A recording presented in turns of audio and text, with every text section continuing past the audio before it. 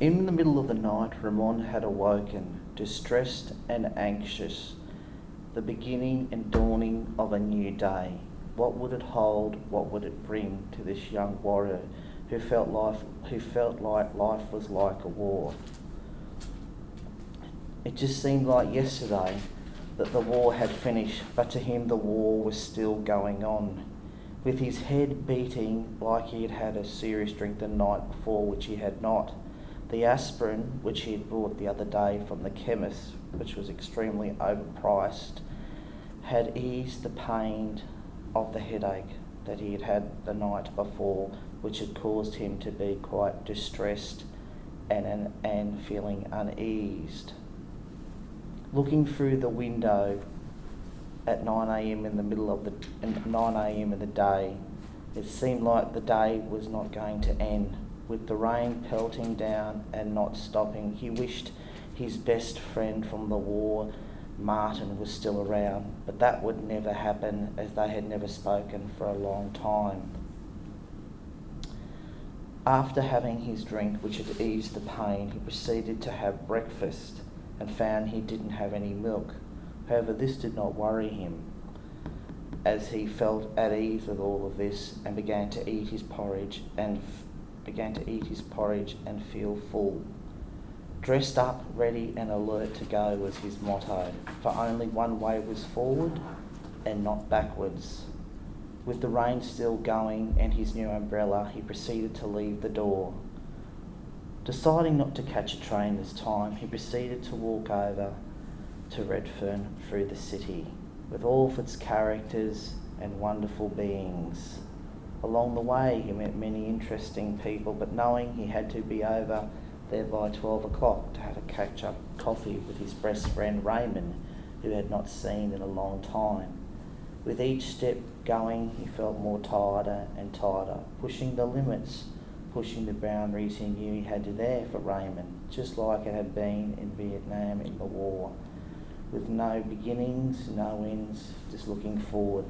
As he arrived and turned around the corner to the coffee shop, no sign of Ramon. Ramon was not there. Typical, same old, never on time, never there.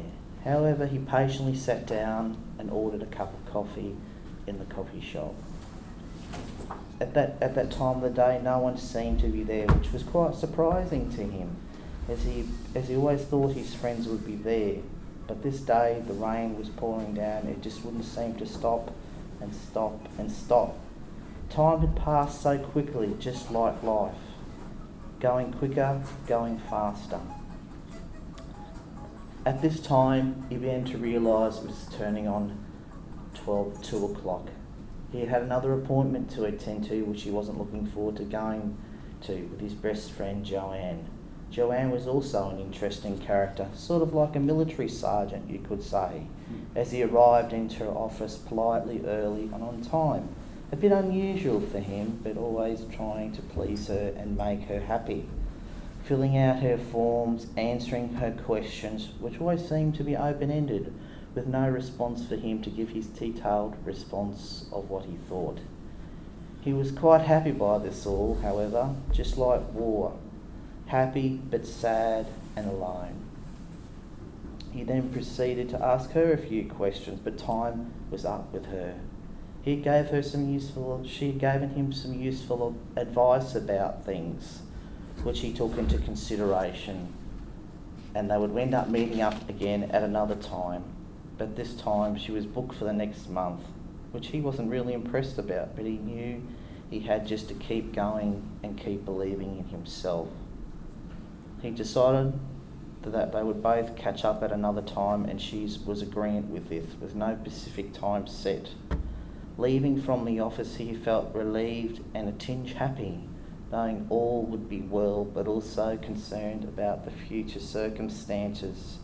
Swinging off for another idle walk, it would appear to some, but to him it was about moving forward, growing, changing, living. He proceeded to enter into the Broadway shopping centre, which was sort of like Hollywood on stilts, with its bright lights and its interesting characters, with tills of money flying left, right and centre. Sort of like a game, sort of like a challenge, sort of like a maze of of bombs and grenades, but it all had beautiful bright lights and all seemed to appease and relax. He proceeded to go into the shopping centre. Amazingly, it was Target, and got what he needed, some new shirts and shoes, and proceeded to walk out after 2 hours, wondering where all the time had gone, just like his life, so fast, so quickly. As he proceeded then to walk out of the shopping centre, the rain had appeared, though it had eased, thankfully. Would he walk back through from Broadway back to his home? No. He decided to jump on the bus.